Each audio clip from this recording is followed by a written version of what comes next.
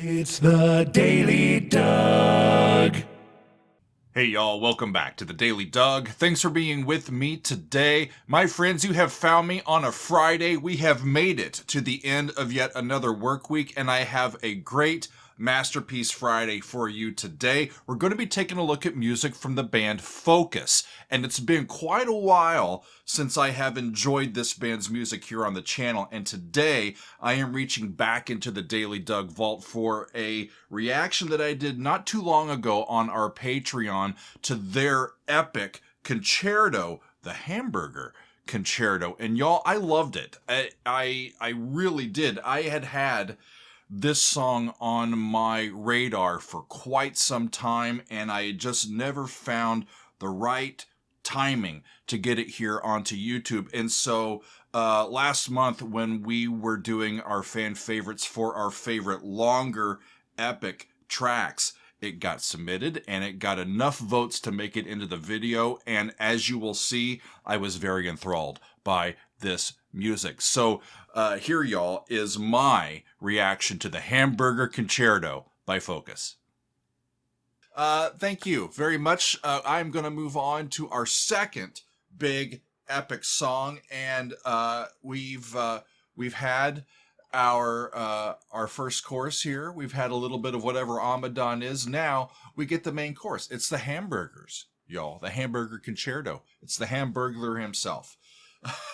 No. This is Focus with the Hamburger Concerto. This one also has been on our master list for quite some time, and I just haven't gotten to it. I'm happy. I really am happy to get to it today. We just heard some Hocus Pocus from these guys in our last Doug on Demand, just to remind us of all of that fun that we had a few years ago with that one. So these guys are fresh in my brain as I record this as well. Speaking of Hocus Pocus, that's where we've heard some from this band before on the channel. We heard that one.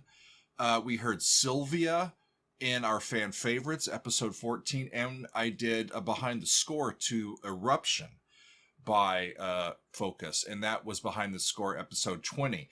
So, Peter T is the patron that has suggested this one, and he says the 20-minute suite of music from the identically titled 1974 album primarily features Thijs van Leer and Jan Akkerman in an extended suite of music, partially based on original themes and partially based on Brahms' variations on a theme by Haydn. So that sparked an idea with me, and I'll tell you about it here. The interesting thing is, the original piece was that Brahms used to base this off of, said it was by Haydn, but it wasn't. It wasn't. The original piece was not written by Haydn. Research has concluded that the wind ensemble piece that Brahms relied on as a thematic source did not fit Haydn's writing style, and to this day, the original piece doesn't have a clear attribution as to who wrote it. The Brahms work is from 1873, and it's also referred to as the St. Anthony variations. It's Theme and Variations, the one that Brahms did with 8 variations and a finale, and there is a version for 2 pianos and a version for orchestra that Brahms himself prepared, and Brahms himself conducted the premiere in Vienna in late 1873. As to the confusion about variations on a theme by Haydn, it was relatively typical in those days to put a very famous composer's name on something to help it sell, even if it wasn't by that person. So this was probably written by a local writer or a lower level composer, somebody who might have even worked at the publishing company that that published this, and they just happened to say this is variations on a theme by Haydn, except it wasn't by Haydn. They made that up, and Brahms had no way of knowing that the publisher had made that up. So that's why the Brahms version says Variations on a Theme by Haydn. It just wasn't by Haydn. It's still a lovely piece. It's been a long time since I heard the original, and I've never heard the Hamburger, what do they call it? Concerto? Hamburger Concerto. So it's going to be fascinating to hear. This is the fourth album from Focused. It was released in 1974. The suite takes up all of side 2, and it's divided into 6 sections, and it looks like each section stands for a different level of doneness in your hamburger. Starter, and then rare, medium 1, medium 2, and well done, and then one for the road. That's our 6 sections, and it looks like section 5 is the only one, only section with lyrics. The suite is co-written by Jan Ackerman and Thijs van Leer, and Thijs plays the organ, the flute, the piano, the harpsichord, a moog, a synth, the recorder, a mellotron, an accordion. Jan is playing all the guitars, a lute, and some timpani. Bert Reuter is on bass, the auto harp, and percussion. And Colin Allen is on drums and percussion. So, friends, another biggie, the Hamburger Concerto. Get your fries, get your ketchup, get your condiments, whatever you need, and let's hear it. Hamburger Concerto from Focus. Off we go. Right in.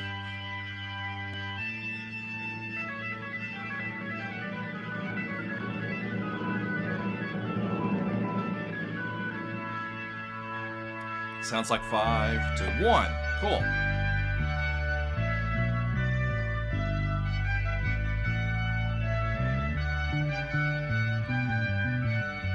Yeah, that's the theme. Nice bass playing. That's based on the 5.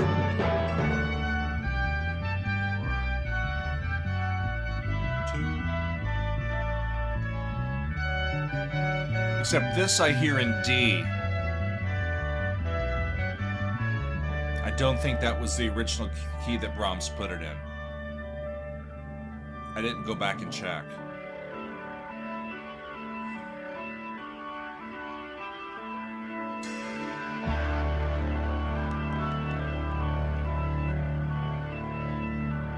This is gonna be fun too.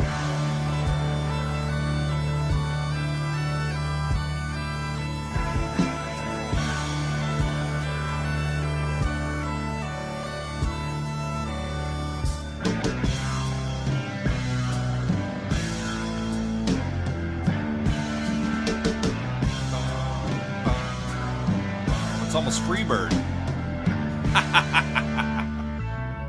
Just kidding. Definitely not Freebird now.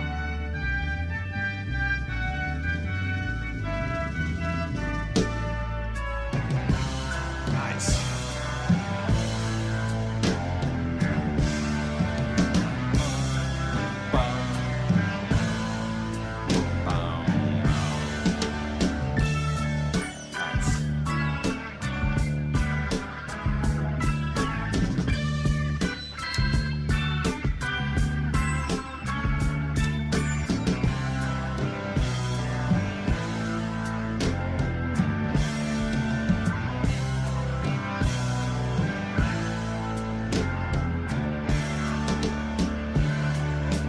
That would make it Dorian mode. On the way down, it's going Te, La, Sol. It's not the La, the Re 6, the Dorian 6.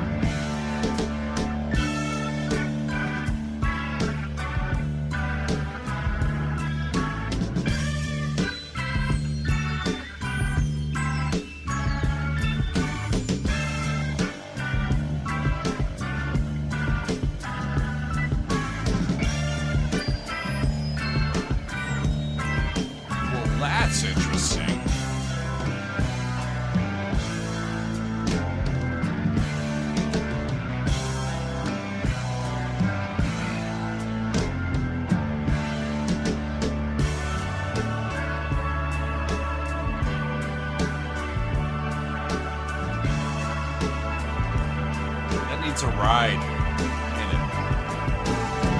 Something clangy.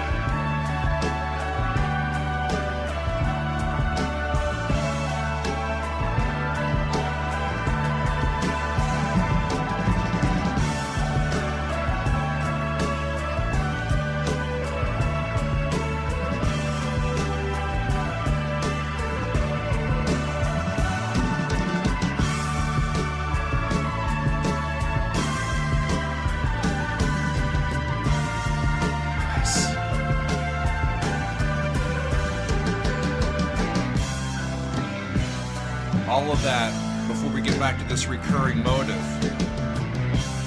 all over a pedal. Those pedals can really be effective, especially when you're wanting to be a little adventurous. You think putting in a sustained note wouldn't make it adventurous. It allows you a lot of freedom up there.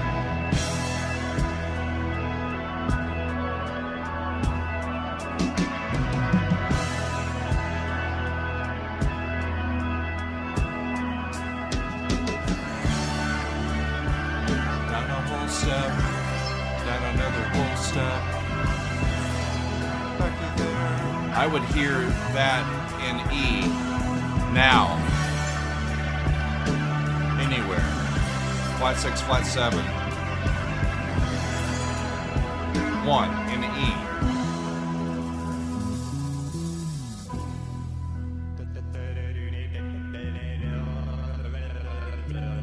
E. Switches to E minor.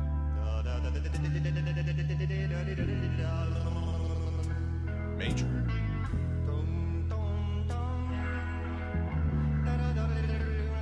There's Taish being Taish.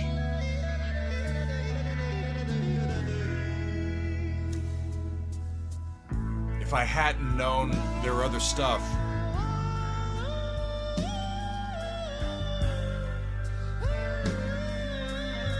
I don't know how I would react to this.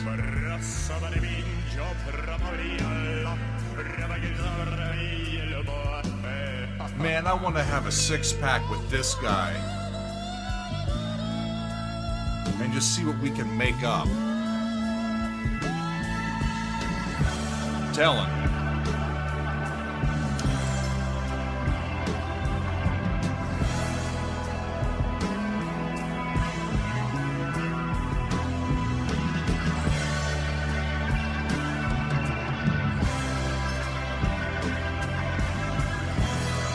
I don't think that was the section with the lyrics. Because I didn't interpret it as actual words.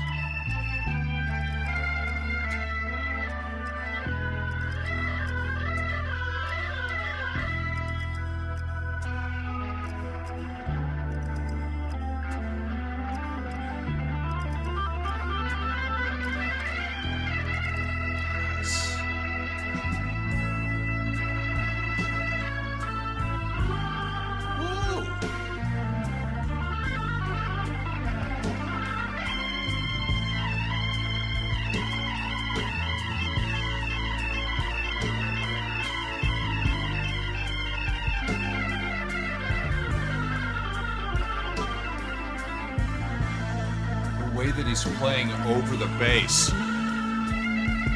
really works. It clouds the resolution of those sonorities, almost like suspensions. They're there, but he waits to give it to you, or he gives it to you in a sleek, moving manner. So back now to this, flat 7 to flat 6.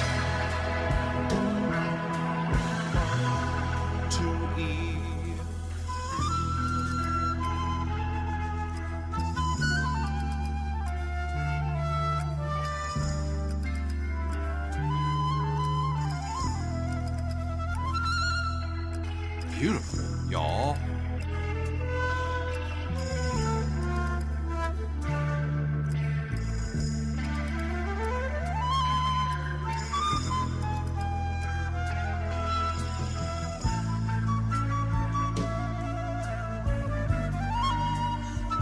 Yeah, the E goes to A goes down to G.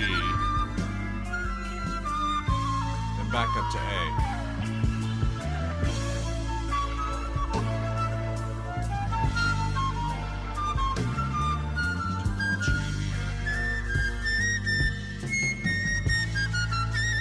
A major.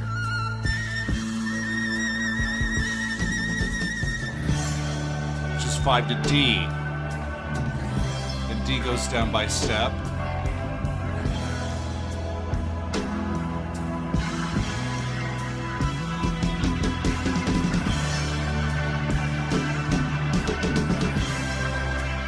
So they're back into this on E. And D and C are the flat 6 and flat 7. Flat 6. Wow.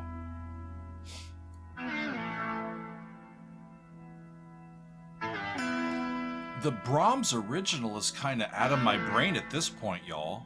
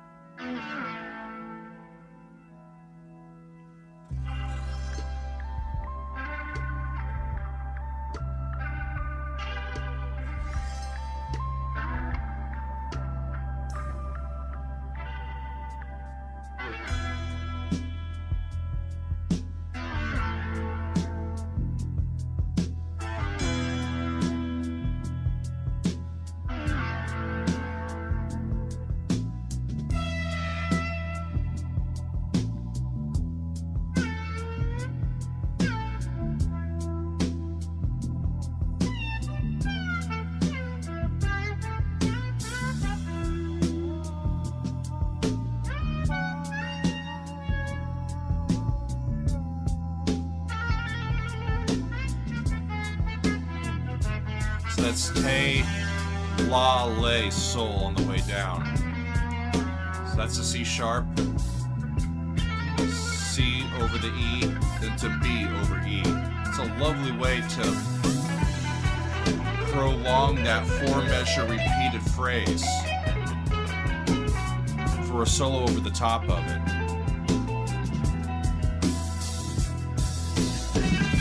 Because it gives you a 7th to start with.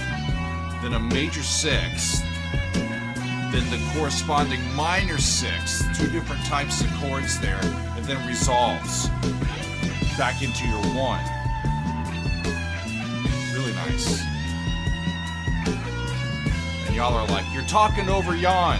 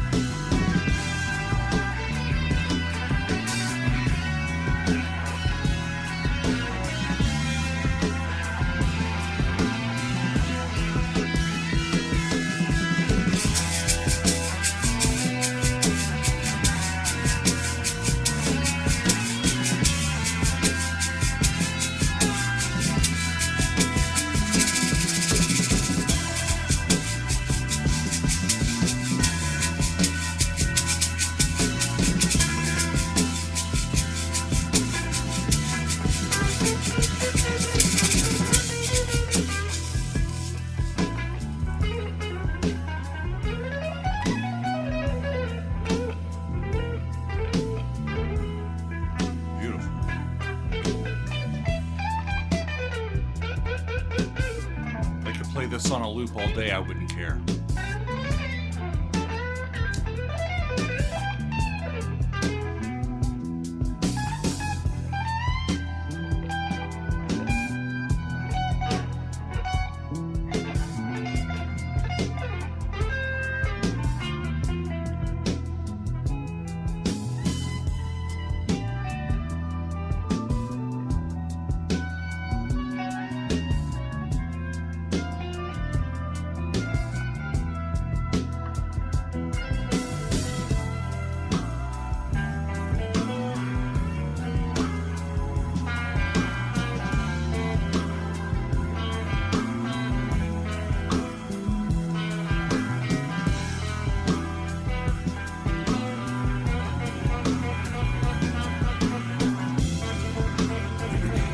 understand why y'all were wanting me to hear this. It's harmonically interesting. The playing is excellent. The pacing is excellent.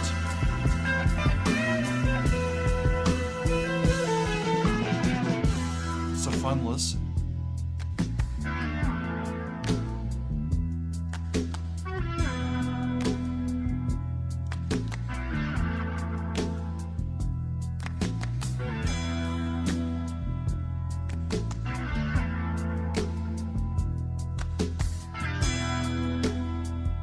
Jan's got such a great touch. Doesn't overplay.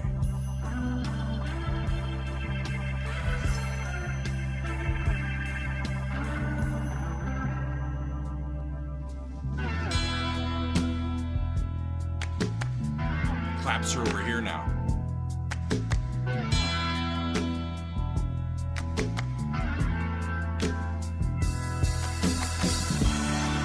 Nice.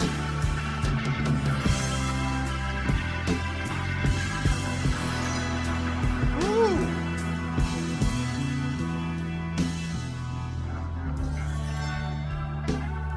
Is that a harp?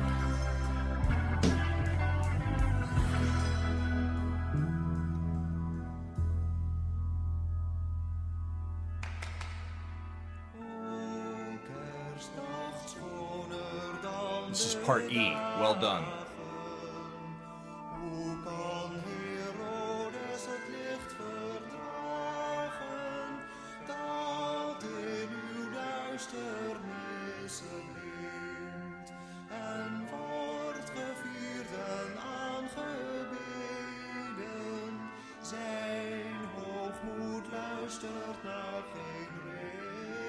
I'm reading the lyrics as they sing.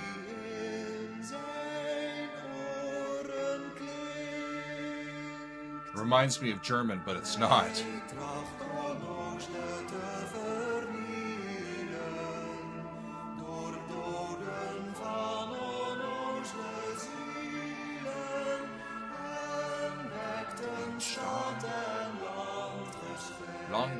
Ultrasharp.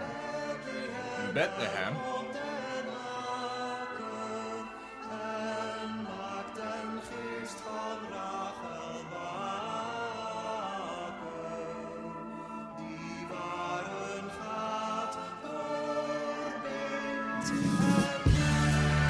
We'll talk about that when it's done. It's a fascinating choice to include that in the middle of all this. A Dutch Christmas carol. You're in, I guess, to the last section called One for the Road. Here, Joe.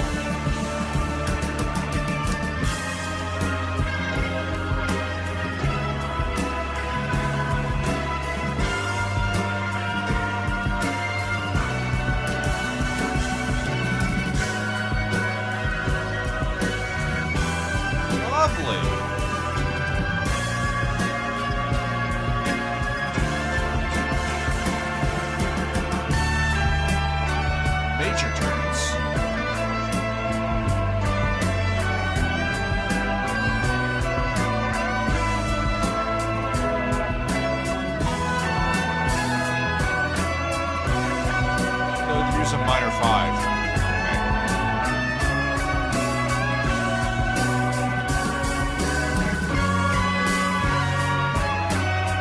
New key, no. Ah!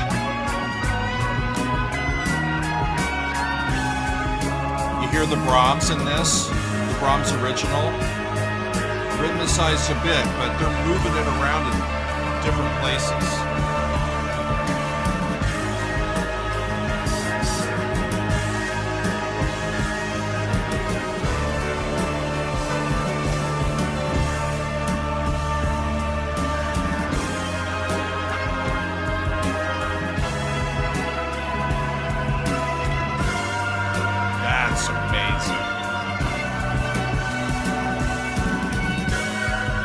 Go back and take a look at this. I'm not catching everything.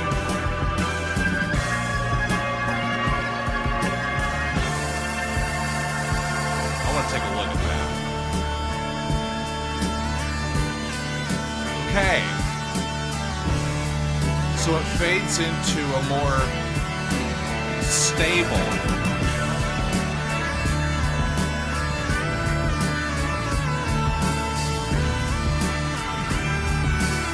Pretty sure they're in D.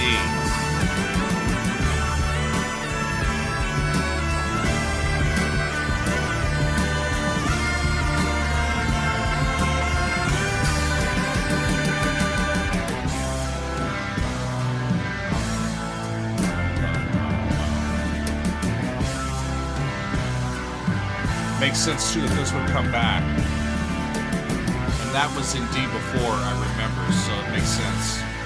It's fine.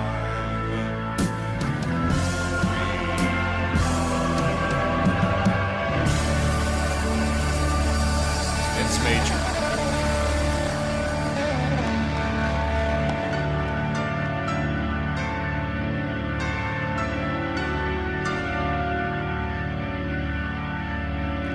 Got a clock there at the end.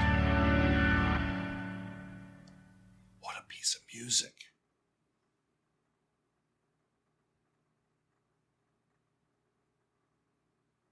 That's, y'all, I'm so happy. I'm like a kid in a candy store today. I'm telling you, these pieces are wonderful. Wonderful. When somebody, tells me, do you think this was inspired or influenced by classical music? Sometimes it's not so apparent. In these last two, it's readily apparent to me in their counterpoint, in the way that they're using their harmonies, and the way that the transitions seamlessly move from one idea to another. I couldn't really tell when one section came and one section, left as I heard it. The only spot that I really could definitely tell was in this part E, which is the Well Done section. This is a Dutch hymn, and it's a Christmas carol, although it doesn't specifically reference Jesus's birth. We got two verses of it, the first two. And the original tune, the hymn itself, dates to the mid-17th century. And it was a bit of dance music that was incidental music in the middle of a stage play. They borrowed that from the Greek style of presenting dramas, stage dramas, But this particular text, it doesn't focus on the Magi or the manger or the star or whatever. It focuses on Herod killing innocent babies, right? Innocent souls. And based on a little bit of what this says and some other stuff that I've read, I think it represents how Herod's arrogance and evil can be lurking in that darkness. It's the dark time of the year. It's the near the longest night of the year. This doesn't happen by accident, right?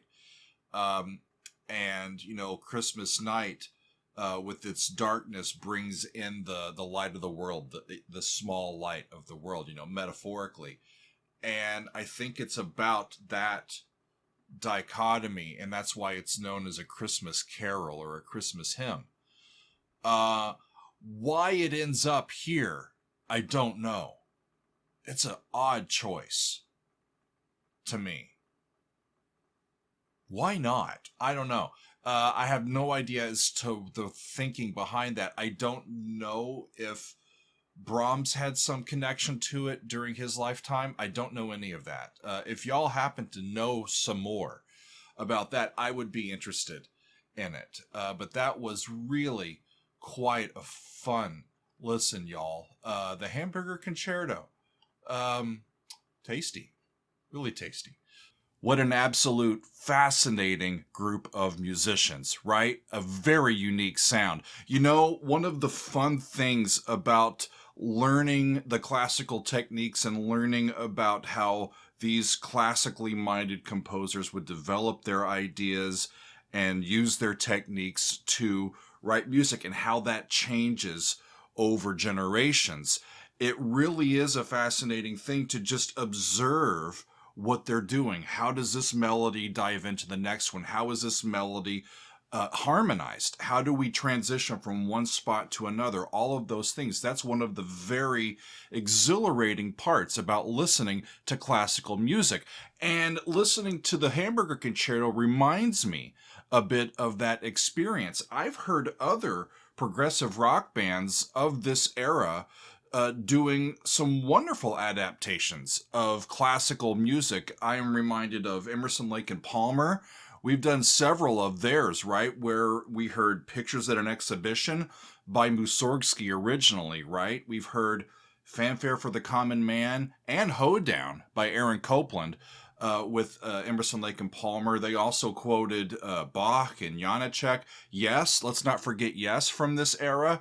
They were quoting music by Holst, by Leonard Bernstein, by Igor Stravinsky, by Benjamin Britten, a whole bunch of people.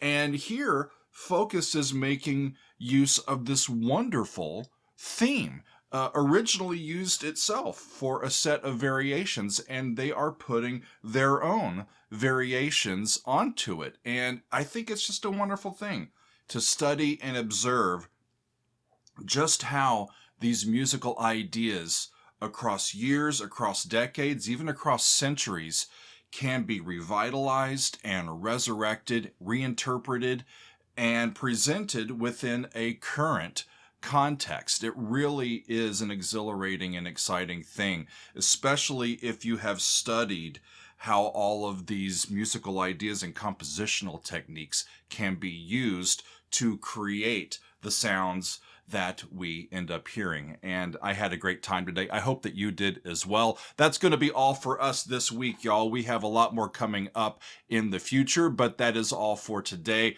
and this week. Thank you for being with me. We'll see you next time on another edition of The Daily Doug. It's the Daily Doug. Welcome to the Daily Doug. The Daily